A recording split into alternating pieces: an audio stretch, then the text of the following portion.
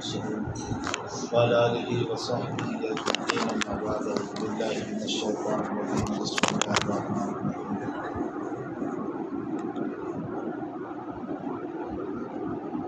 يا أيها الذين آمنوا أطيعوا الله وأطيعوا الرسول وأولي الأمر منكم فإن تنازعتم في شيء فردوه إلى الله والرسول إن كنتم تؤمنون بالله واليوم الآخر صدق الله العظيم۔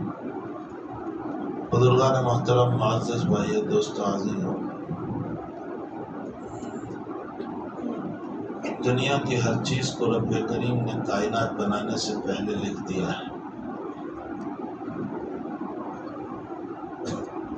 روایت میں ہے کہ حق تعالیٰ نے سب سے پہلے عرش کو پیدا فرمایا۔ مخلوق میں سب سے پہلے عرش ہے، عرش کو پہلے پیدا کیا،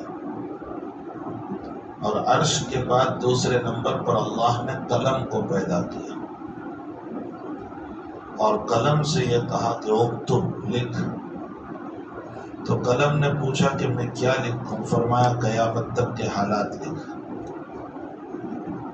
تو قلم نے قیامت تک کے حالات کو لکھ دیے۔ اسی کو ہم تقدیر کہتے ہیں۔ معلوم ہوتا ہے کہ رب کریم نے کائنات کے بنانے سے پہلے سارے انسانوں کی، ساری دنیا کی تقدیر کو لکھ دیا ہے۔ اسی لیے حدیث شریف میں ہے، بخاری شریف کی روایت ہے کہ اگر تمہارے کوئی کام میں مصیبت ہو جائے، پریشانی ہو جائے، اور کام اپنی جگہ پر نہ ہو، تو اس میں یہ نہ کہو کہ میں ایسا کرتا تو ایسا ہوتا۔ فرمایا اس سے شیطان خوش ہوتا ہے۔ جو ہو گیا وہ ہو گیا، مقدر میں وہی لکھا تھا، تقدیر میں وہی لکھا۔ پھر سب سے بڑی چیز یہ ہے کہ اس وقت دنیا میں اور آپ، دنیا کے انسان، اپنے دنیا کے حالات کو عبادت سے جوڑتے ہیں۔ عبادت سے جوڑنے کا مطلب ہم یہ کہتے ہیں کہ میں نماز پڑھتا ہوں پھر بھی میرے گھر میں بیماریاں ہیں، میں نماز پڑھتا ہوں پھر بھی پریشانیاں ہیں، میں نماز پڑھتا ہوں، تہجد پڑھتا ہوں، صدقہ دیتا ہوں، زکوٰۃ دیتا ہوں، تو بھی میرے دکان میں مسائل ہیں، میرے کاروبار میں مسائل ہیں، میری کھیتی میں مسائل ہیں۔ ہم نے دنیا کے حالات کو عبادت سے جوڑا۔ اس کا مطلب یہ نکلا کہ میں اور آپ یہ ہم سمجھتے ہیں کہ اگر عبادت کرنے والا ہو تو پھر اس پر حالات نہیں آنے چاہیے، تہجد پڑھنے والا ہو تو حالات نہیں آنے چاہیے، صدقہ کرنے والا ہو تو حالات نہیں آنے چاہیے۔ یہ ہماری سوچ ہے۔ اگر عبادتوں کی بنیاد پر، صدقے کی بنیاد پر حالات نہ آتے تو جناب نبی کریم صلی اللہ علیہ وسلم سے بڑھ کر عبادت کرنے والا کوئی نہیں تھا، آپ سے بڑھ کر عابد کوئی نہیں تھا۔ قاسم العلوم والخیرات حضرت نانوتوی رحمۃ اللہ علیہ نے لکھا ہے کہ ساری دنیا کے سجدوں کو ملا لو، کمیت اور گنتی کے اعتبار سے دنیا والوں کے سجدے بہت ہوں گے نبی کے مقابلے میں، لیکن کیفیت کے اعتبار سے نبی کے ایک سجدے کا مقابلہ نہیں ہو سکتا۔ میری آپ کی نماز میں تخیلات ہے، خیالات ہے، نبی کی نماز اس سے پاک ہے۔ میرا آپ کا سجدہ 3 سبحان ربی الاعلیٰ کے برابر ہے، نبی کا سجدہ بہت طویل ہوتا تھا۔ حتیٰ کہ روایت میں ہے، عائشہ صدیقہ رضی اللہ تعالیٰ عنہ فرماتی ہے کہ کبھی کبھی نبی علیہ السلام تہجد میں اتنا لمبا سجدہ فرماتے تھے کہ میرے دل میں برا خیال آتا تھا۔ آپ کے بھانجے عروہ پوچھ رہے ہیں کہ خالہ جان کیا خیال آتا تھا؟ فرمایا خیال یہ آتا تھا کہ نبی کا انتقال تو نہیں ہو گیا، اور یہ خیال اس لیے آتا تھا کہ حضرت جب سجدے میں جاتے تھے تو پاؤں بھی نہیں ہلتا تھا، بودی بھی نہیں ہلتی تھی، اس سجدے میں سکون کے ساتھ، جس سے مجھے یہ خیال آتا تھا کہ شاید حضرت کا انتقال ہو گیا، تو میں حضرت کے پاؤں میں ذرا حرکت کرتی تھی۔ حضرت اپنا پاؤں ہلاتے تھے. اس سے میری سمجھ میں پھر آتا تھا کہ اللہ کے نبی اس دنیا میں ہے.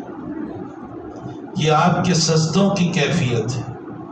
پھر آپ کا رکوع اور قیام اتنا طویل تہجد میں ہوتا تھا حضرت کا کہ حضرت حذیفہ رضی اللہ تعالیٰ عنہ فرماتے ایک مرتبہ میں حضرت کے پیچھے تہجد کے لیے کھڑا ہو گیا.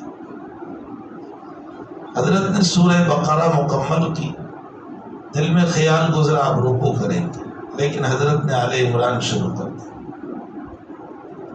پھر خیال آیا کہ شاید آل عمران آدھی پڑھ کر، لیکن حضرت نے آل عمران کو پوری کر دی. پھر خیال آیا کہ اب رکوع کریں گے، حضرت نے سورہ نساء شروع کر دی اور چھٹے پارے کے پاؤں پارے پر جا کر حضرت نے پہلا رکوع فرمایا. یہ تہجد کا حضرت کا عالم رہا ہے. تو عبادت کے اعتبار سے اگر ہم دیکھیں تو نبی کی عبادت کا مقابلہ دنیا کا کوئی انسان نہیں کر سکتا. تعلیم و تعلم کے اعتبار سے، پڑھنے پڑھانے کے اعتبار سے اگر دیکھیں تو حضرت کے علوم کا کوئی مقابلہ نہیں کر سکتا. آپ کے علوم اللہ کی طرف سے، آپ قاسم العلوم تھے. انما انا قاسم واللہ یعطی، میں تقسیم کرتا ہوں، اللہ دیتا ہے. تو علم میں، پڑھنے پڑھانے میں اگر کوئی مقابلہ کرنا چاہے تو کوئی نہیں کر سکتا. دعوت و تبلیغ میں اگر کوئی آپ کا مقابلہ کرنا چاہے تو کوئی نہیں کر سکتا. مبلغ اعظم جناب نبی کریم صلی اللہ علیہ وسلم. ایک جملے کی اصلاح کر دوں، میں بھی محتاج ہوں.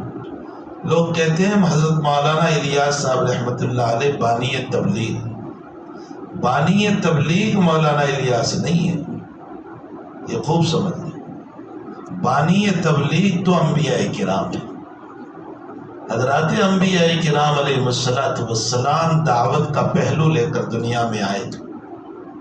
البتہ اس تبلیغ کو موجودہ زمانے میں امت میں کس طرح رائج کیا جائے، تو حضرت مولانا الیاس صاحب رحمۃ اللہ علیہ کے قلب پر اللہ نے یہ بات ڈالی کہ جب دنیا کے سارے کام جماعتوں کے تحت ہوتے ہیں، کرکٹ کھیلنا جماعت ہوتی ہے، میمورندم پیش کرنا جماعت جاتی ہے، ووٹنگ کے موقع پر جماعت ہوتی ہے. جب تمام چیزوں میں جماعت ہے تو اللہ نے آپ کے قلب پر القاء فرمایا کہ اب تبلیغ کا کام بھی جماعت کی شکل میں کیا جائے. تو موجودہ دور میں جماعت کی شکل میں چلنا اور تبلیغ کے کام کو انجام دینا، یہ حضرت مولانا الیاس صاحب رحمۃ اللہ علیہ. باقی بانی تبلیغ انبیاء کرام علیہ الصلوۃ والتسلیم ہے، اور امام الانبیاء محمد رسول اللہ صلی اللہ علیہ وسلم ان میں سب سے خیر ہے، آگے ہے. تو اگر دعوت و تبلیغ کے اعتبار سے دیکھیں تو آقا صلی اللہ علیہ وسلم سے بڑھ کر کوئی تبلیغ کرنے والا نہیں. تدریس میں دیکھ لو، تعلیم میں دیکھ لو، تبلیغ میں دیکھ لو، عبادت میں دیکھ لو، سخاوت میں دیکھ لو. حضرت فرماتے ہیں کہ اگر اللہ میرے لیے احد پہاڑ کو سونا بنا دے، 3 دن نہیں گزریں گے کہ میں تقسیم کر دوں. ایک مرتبہ بحرین سے مال آیا. حضرت کا معمول یہ تھا کہ مال مسجد میں ڈلوا دیتے تھے. فجر کی نماز کے لیے تشریف لائے تو حضرت کی حالت یہ ہوتی تھی، لا ينظر الى یمین ولا الى شمال. حضرت مال ادھر پڑا ہے ادھر پڑا، حضرت نہیں دیکھتے تھے، سیدھے مسجد میں. نماز سے فارغ ہوئے تو دیکھا کہ آج پوری مسجد بھر چکی ہے. سب اپنے اپنے محلوں کی مسجد کو چھوڑ کر مسجد نبوی میں آ گئے. تو حضرت ہنس پڑے اور فرمایا شاید تم لوگوں کو یہ پتہ چل چکا ہے کہ مال آیا ہوا ہے. صحابہ اپنے نبی سے بڑے بے تکلف تھے.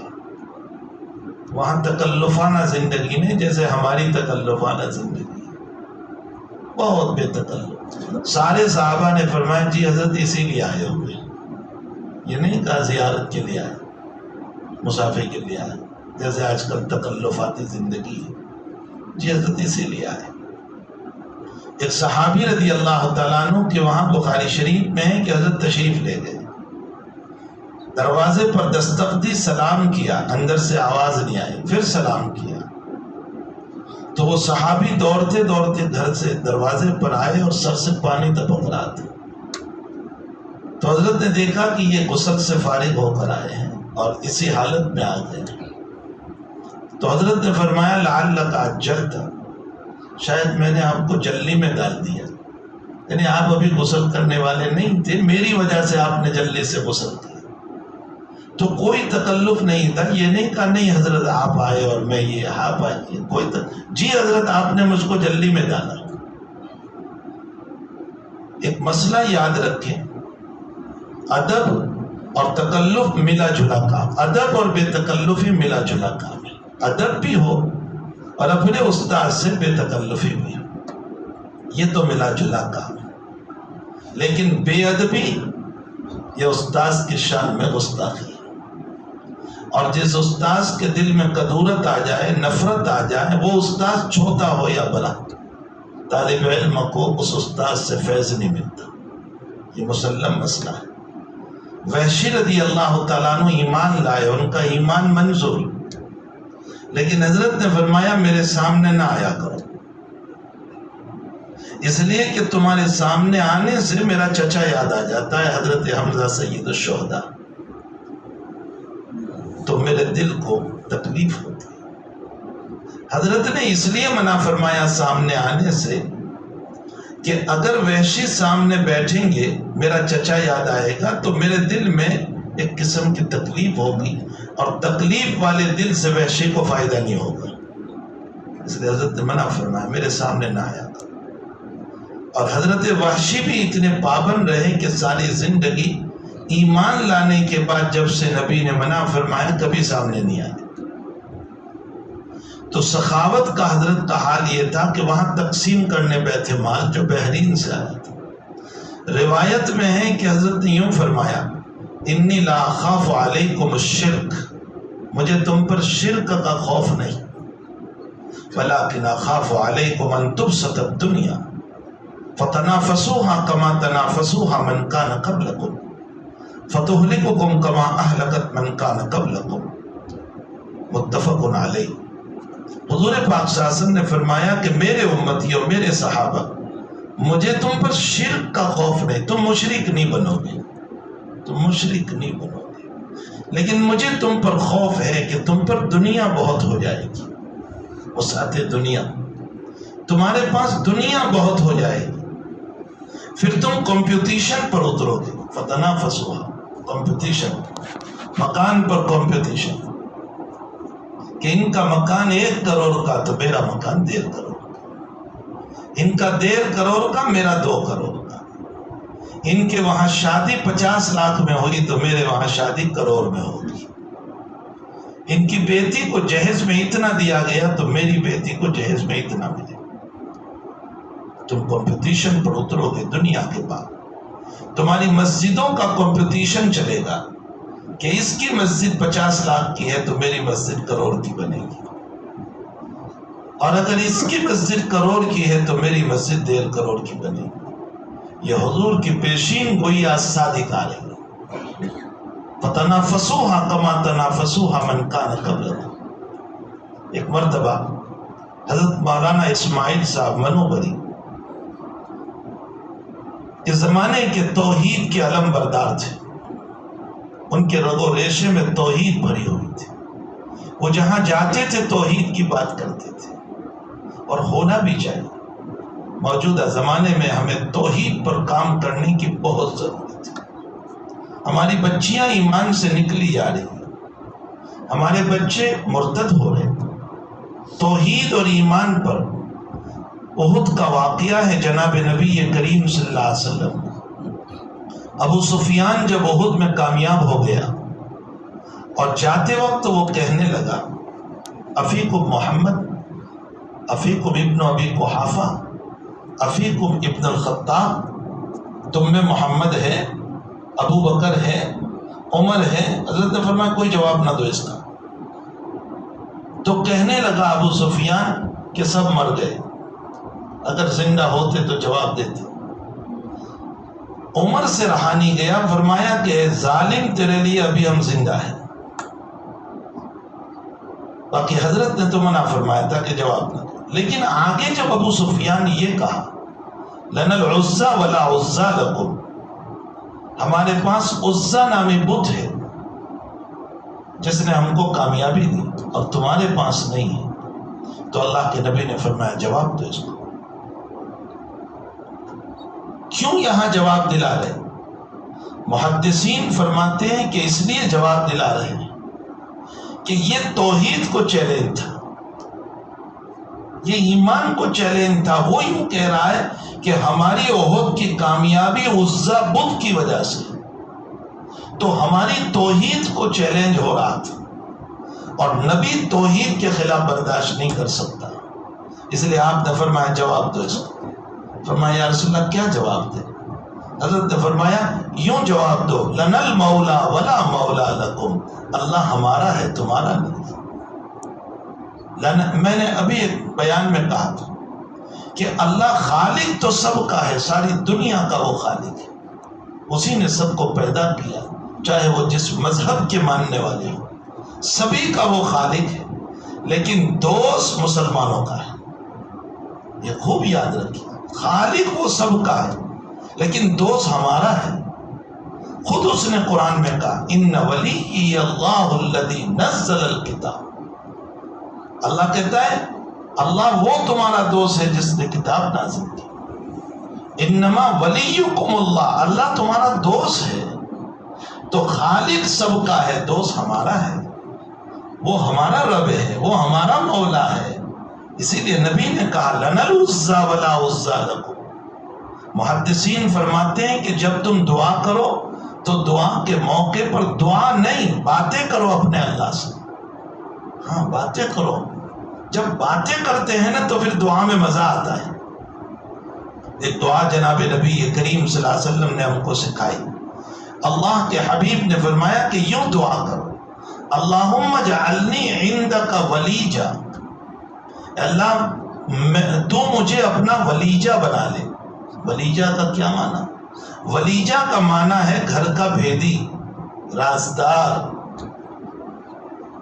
ہمارے وہاں کہتے ہیں نا کہ کچن تک کی دوستی، جب بہت دوستی ہوتی ہے تو چولہے تک کی دوستی، یہ ہے ولیجہ۔ اللہم اجعلنی عندک ولیجا، اے اللہ تو مجھے اپنا رازدار بنا لے، اپنا جگری بنا لے، اپنا قریبی بنا لے۔ وَاجْعَلْنِي عِنْدَكَ الزُّلْفَىٰ، اور اے اللہ تو مجھے اپنا مقرب بنا لے، قریب بنا لے۔ وَحُسْنَ مَآبٍ، اچھا انجام جو ہے میرے لیے تو مقدر فرما دے۔ تو اللہ ہمارا ہے، مومنوں کا ہے۔ مومنوں کو چاہیے کہ اپنے رب سے باتیں کریں، اور جب باتوں کی طرح پر جب دعا کریں گے تو پھر بڑا مزہ آتا ہے رب کریم کے ساتھ۔ تو بہرحال میں یہ کہہ رہا تھا کہ توحید کی بہت ضرورت ہے اس وقت امت میں پھیلانے کی۔ حضرت نے فرمایا اس کو جواب دو۔ فرمایا کیا جواب دے؟ فرمایا لَنَا الْمَوْلَى وَلَا مَوْلَى لَكُمْ، اللہ ہمارا ہے تمہارا نہیں۔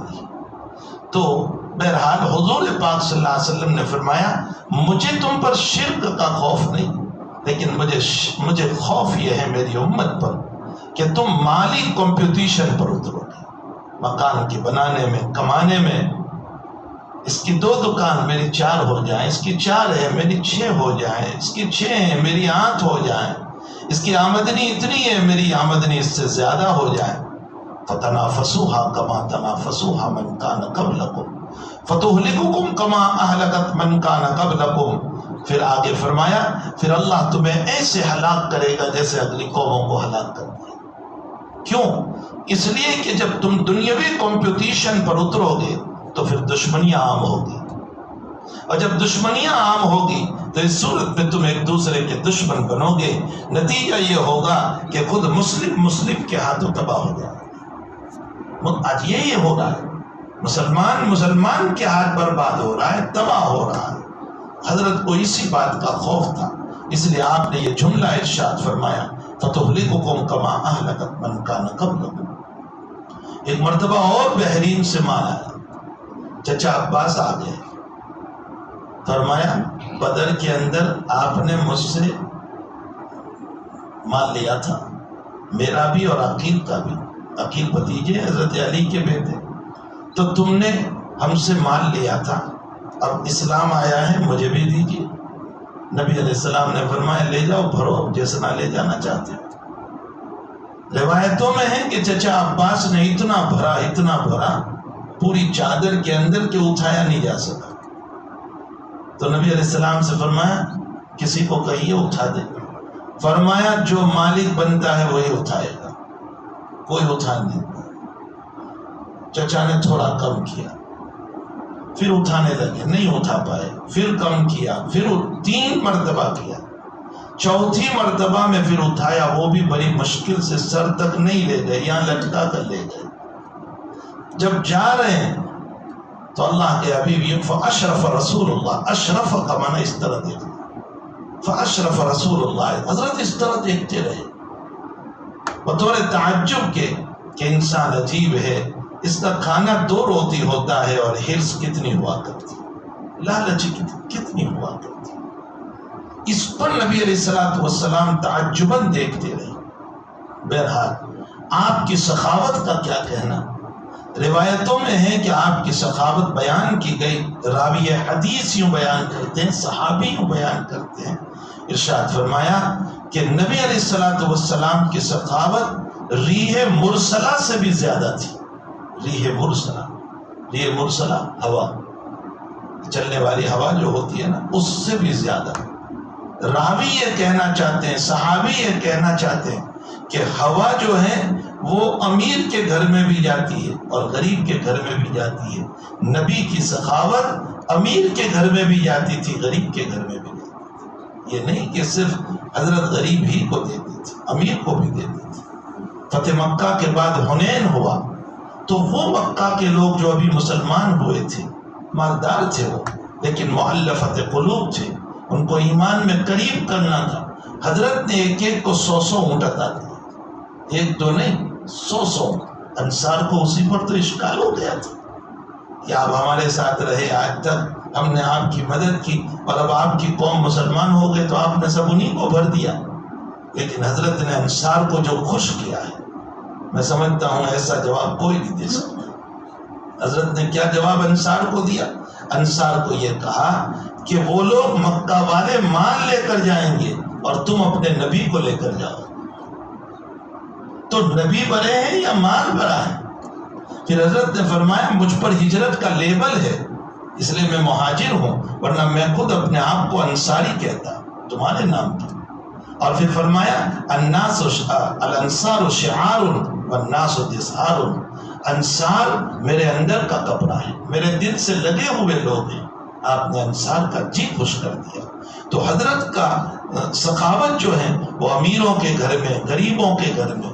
اور محدثین فرماتے ہیں کہ ریح مرسلہ اور ہوا جب چلتی ہے تو اشارہ فرما اس بات کی طرف کہ ہوا چلتی ہے تو اپنوں کے گھر میں بھی جاتی ہے، دشمن کے گھر میں بھی جاتی ہے. نبی کی سخاوت صرف اپنے گھر میں نہیں، دشمنوں کے گھر میں بھی جاتی تھی. جو آپ کو نہیں مانتے تھے ان کو بھی حضرت دیا کرتے تھے. بہرحال سخاوت بھی اعلیٰ، عبادت بھی اعلیٰ، تعلیم و تعلم بھی اعلیٰ، تبلیغ بھی اعلیٰ. ان تمام چیزوں کے باوجود نبی پر کتنے حالات آئے. مکی 13 سال اٹھا کر کے دیکھے تو حالات ہی حالات. قتل کا پلان ہے، سجدے میں گئے تو اونٹ کی ہوجری آپ پر ڈال دی گئی. آپ کو اپنے ہاتھوں سے اپنی بیٹیوں کے جنازے اٹھانے پڑے. آپ انداز تو کریں، آپ کی بیٹیوں کی طلاق ہو گئی اسی اسلام کے خاطر. زینب کی طلاق اسی اسلام کے خاطر. تو اپنی بیٹیوں کی طلاق، آپ کی بیٹیوں کا جنازہ اٹھانا، مکی زندگی حالات اور پریشانیوں میں، مطاف کعبہ میں نماز نہ پڑھنے دینا، یہ حالات پہ حالات ہے. اتنے عبادت گزار پھر بھی حالات آئے.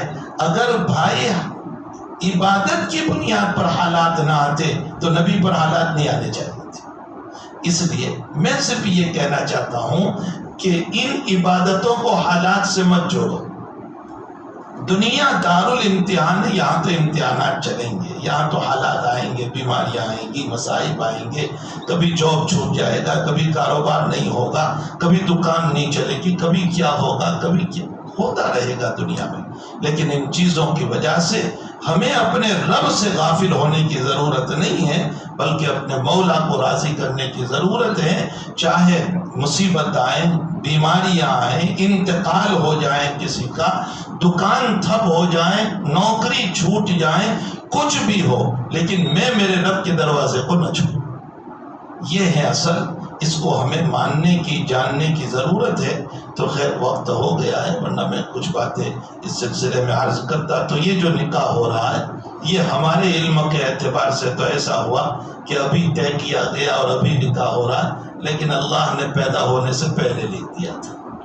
یہ تو پیدائش سے پہلے سارے مسائل لکھ کے ہوئے۔ بہت سے نوجوان ملتے ہیں، مجھے کہتے ہیں 5 جگہ دیکھ کر آیا لیکن کچھ ہو نہیں رہا ہے۔ میں نے کہا جہاں مقدر ہوگا وہاں ہوگا، ظاہر سی بات ہے۔ تم 5 جگہ دیکھ کر آئے ہو لیکن مقدر میں تمہارے وہ نہیں ہے، تو جہاں مقدر اللہ نے لکھا ہوگا وہی ہونے والا ہے۔ تو یہ تقدیر میں یہ جوڑا لکھا ہوا ہے، اب تعالیٰ نے اس جوڑے کو مقدر فرمایا۔ ہماری شادیاں وہ جو ہیں رسول اللہ صلی اللہ علیہ وسلم کی سنت کے مطابق، وہ ہماری غمیاں، خوشیاں، ساری باتیں اللہ کے حبیب پاک صلی اللہ علیہ وسلم کی مبارک زندگی کے مطابق ہونا چاہیے۔ اسی مناسبت سے میں نے آیت پڑھی، اطیعوا اللہ و اطیعوا الرسول، اے ایمان والو اللہ کی اطاعت کرو، رسول صلی اللہ علیہ وسلم کی اطاعت کرو، اولو الامر کی اطاعت کرو، اور جو ان کی اطاعت کریں گے وہ کامیاب ہوں گے۔ اب تعالیٰ ہمارا رزق بھی جو ہے نا وہ پہلے سے اللہ نے لکھا ہے، لیکن ساتھ ساتھ اس اللہ نے یہ بھی لکھا ہے اگر اللہ کو یاد کرو گے، ذکر کرو گے، نماز پڑھو گے تو رزق میں وسعت ہوگی، برکت ہوگی۔ اور جو انسان اللہ کو یاد نہیں کرتا، ذکر سے غافل ہو جاتا ہے، اللہ کہتا ہے میں اس کی زندگی تنگ کر دیتا ہوں۔ من اعرض عن ذکری فإن له معیشة ضنکا، جو میرے ذکر سے اعراض کرے میں اس کی زندگی میں تنگی پیدا کر دیتا ہوں۔ کیسی تنگی؟